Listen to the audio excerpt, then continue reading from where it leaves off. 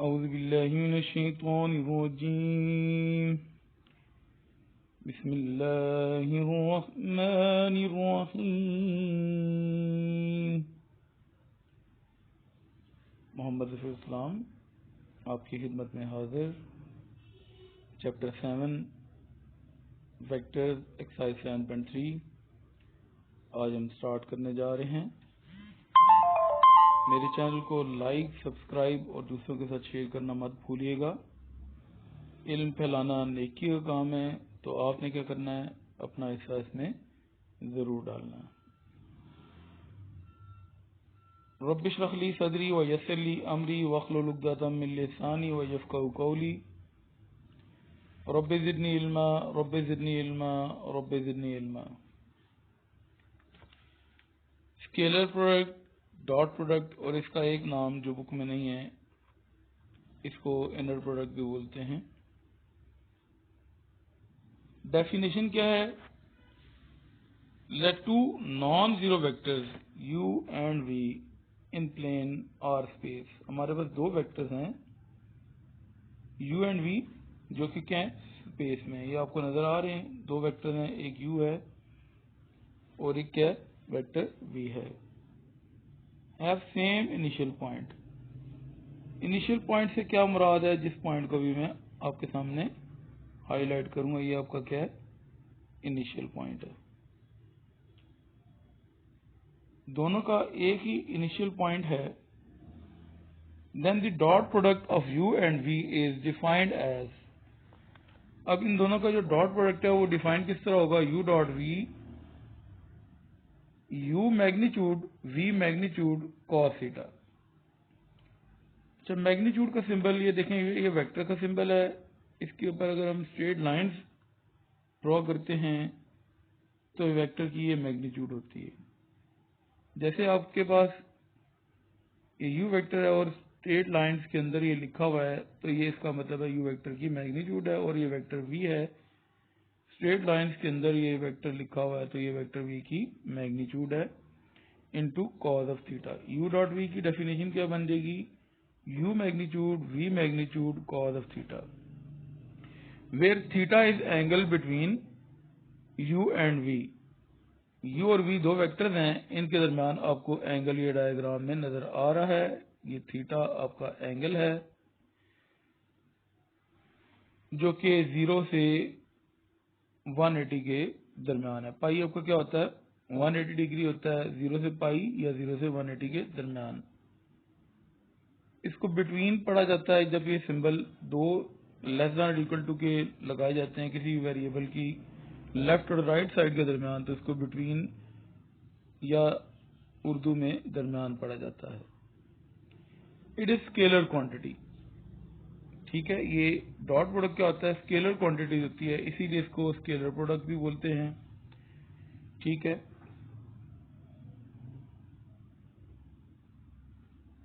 Scalar product, dot product की definition क्या है? स्केलर प्रोडक्ट की डेफिनेशन तो आपको बता दी। अब इसको मैथमेटिकली किस तरह लिखा जाता है डॉट प्रोडक्ट को, वो हम जरा देख लेते हैं। हमारे पास वेक्टर है u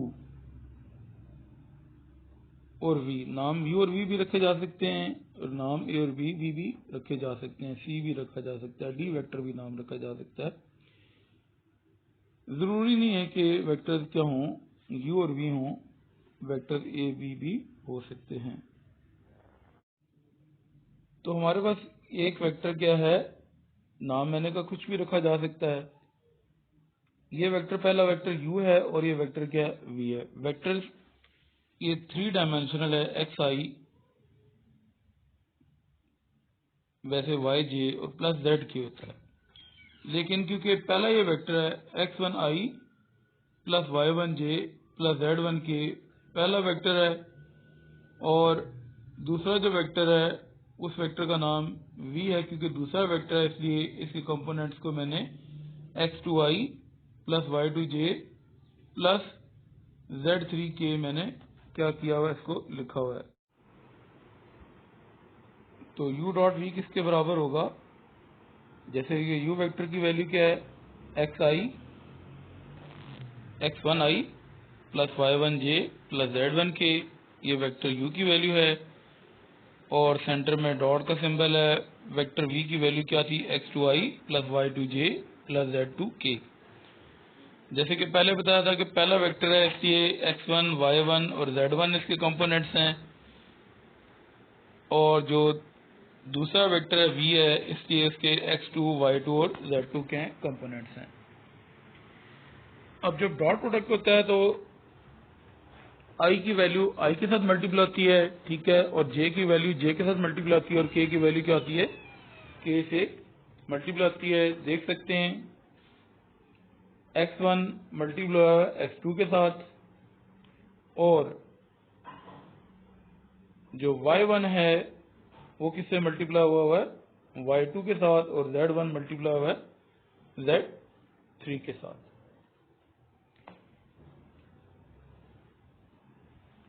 ऑर्थोगोनल या परपेंडिकुलर वेक्टर्स कौन से होते हैं, टू वेक्टर्स आर ऑर्थोगोनल और perpendicular if and only if u dot v is equal to 0। इसका मतलब क्या है इफ एंड ओनली इफ का, ये बात हमेशा के लिए याद रख लें कि अगर वेक्टर परपेंडिकुलर हैं तो उनका डॉट प्रोडक्ट क्या होगा, 0, या अगर डॉट प्रोडक्ट 0 है तो उसका मतलब क्या है, वेक्टर क्या है, perpendicular. If and only if का मतलब अगर वेक्टर्स परपेंडिकुलर हैं तो डॉट प्रोडक्ट 0 है, अगर डॉट प्रोडक्ट 0 है तो वेक्टर्स क्या हैं, परपेंडिकुलर हैं। डॉट प्रोडक्ट, इनर प्रोडक्ट और स्केलर प्रोडक्ट आर सेम। मैंने आपको शुरू में बताया था कि डॉट प्रोडक्ट भी कहते हैं, इनर प्रोडक्ट भी कहते हैं, और स्केलर प्रोडक्ट भी कहते हैं। आई डॉट आई क्योंकि 1 होता है, जे डॉट जे 1 होता है, के डॉट के 1 होता है, ठीक है। I dot J, J dot के डॉट आई, ये सारे क्या हैं, 0 हैं।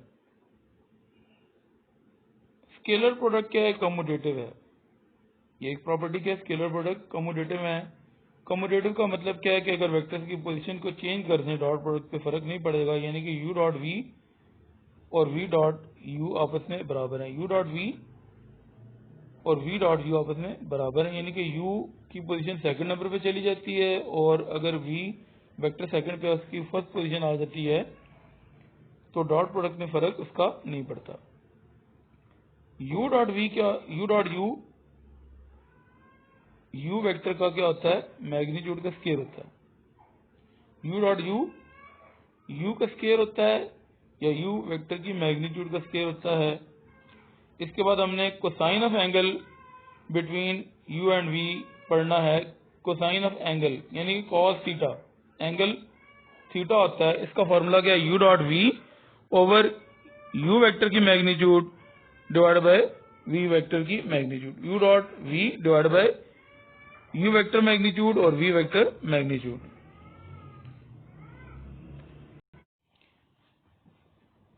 मैग्नीट्यूड ऑफ वेक्टर का फॉर्मूला आप देख सकते हैं, x कंपोनेंट का स्केयर, y कंपोनेंट का स्केयर और z कंपोनेंट का स्केयर और विद स्केयर रूट।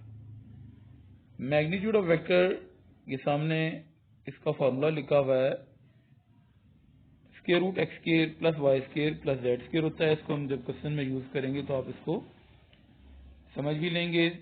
पूरे चैप्टर 7 में जो मैग्नीट्यूड है ये काफी दफा इसको हमने पहले भी फाइंड किया है और आगे भी इसको यूज करेंगे। Projection of A along B, projection of A along B का फॉर्मूला याद करने की टेक्निक बता रहा हूं यहाँ पे, क्योंकि सेकंड वेक्टर बी है तो बी की मैग्नीट्यूड क्या होगी, डिवाइड होगी, बाकी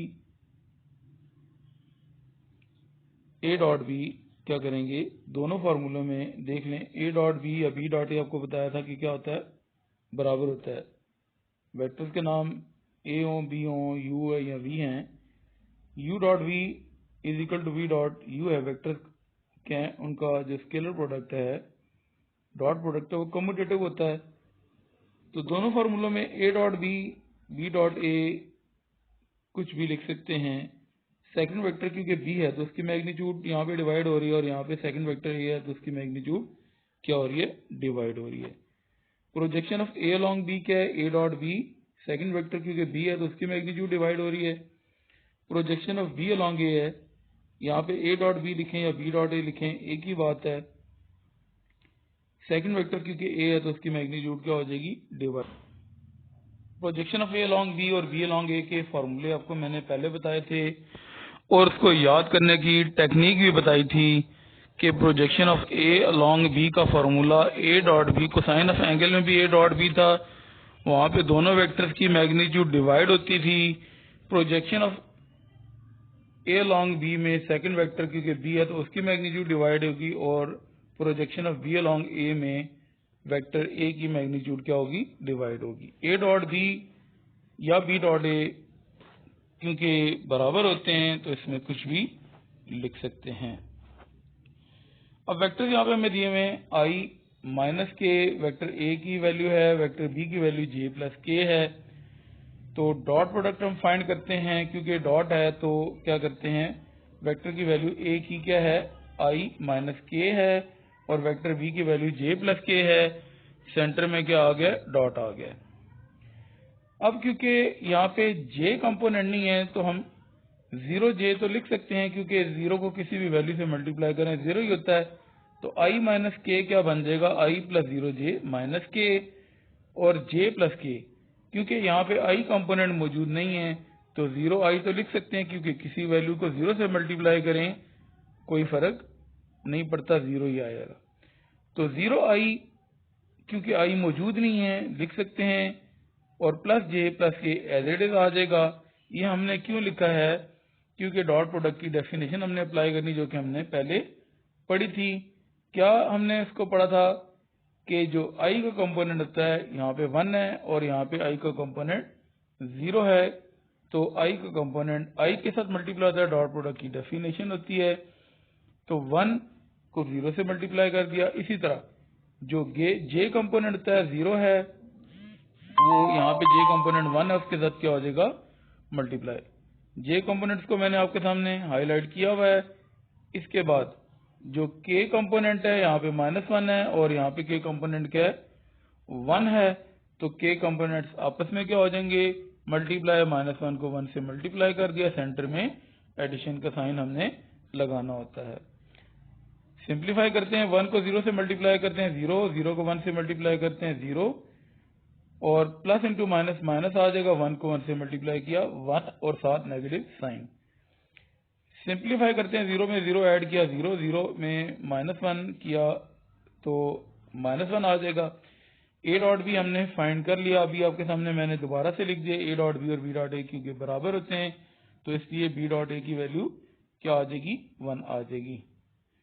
फॉर्मूले की रिक्वायरमेंट क्या है, a डॉट बी और b डॉट a वो हमने फाइंड कर लिए। अब हमें b मैग्नीट्यूड और a मैग्नीट्यूड चाहिए ताकि projection of a along b और projection of b along a हम फाइंड कर लें। मैग्नीट्यूड का फॉर्मूला आपने पढ़ा था, x कंपोनेंट का स्केयर, y कंपोनेंट का स्केयर और z कंपोनेंट का स्केयर और स्केयर रूट। ठीक है, यहाँ पे जो पहला वेक्टर है जो कि वेक्टर a है, जिसकी वैल्यू क्या है, x की वैल्यू 1 है, तो 1 का स्केयर लिखा है, क्योंकि यहाँ पे मैंने इसको एक्सप्लेन यहाँ पे किया था, जो y है वो उसकी वैल्यू 0 है, j के साथ y की वैल्यू होती है, i के साथ x की वैल्यू होती है। क्योंकि i है सिर्फ तो 1 x की वैल्यू है, तो 1 का स्केयर हमने लिखा है, y j के साथ होता है तो y की वैल्यू 0 है, तो 0 का स्केयर हमने लिख दिया है। वैल्यू पुट करेंगे तो उसको ब्रैकेट में लिखना होता है। k के साथ -1 मौजूद है, तो जो कि z की वैल्यू है, z का स्केयर फॉर्मूले में होता है मैग्नीट्यूड के, तो z की वैल्यू -1 है, उसके ऊपर हमने स्केयर लगा लिया और -1 को ब्रैकेट में लिखना है। सिंप्लीफाई करते हैं, 1 का स्केयर 1 होता है, 0 का स्केयर 0 होता है, और -1 का स्केयर 1 आ जाता है। 1 प्लस 0 प्लस 1 क्या हो जाएगा, स्केयर रूट 2। वेक्टर a की मैग्नीट्यूड आ जाएगी। इसी तरह वेक्टर b की मैग्नीट्यूड जो है वो हमने सॉल्व करनी है। वेक्टर b आपके सामने ये लिखा हुआ है, जिसको यहाँ पे मैंने एक्सप्लेन किया था। x की वैल्यू यहाँ पे 0 है, 0 का स्केयर हमने लिखना है, क्योंकि मैग्नीट्यूड का फॉर्मूला क्या होता है, x का स्केयर। उसके बाद जो y की वैल्यू है वो j के साथ होती है, जो कि 1 है, तो हमने 1 को ब्रैकेट में लिख के उसके ऊपर स्केयर लगाया है।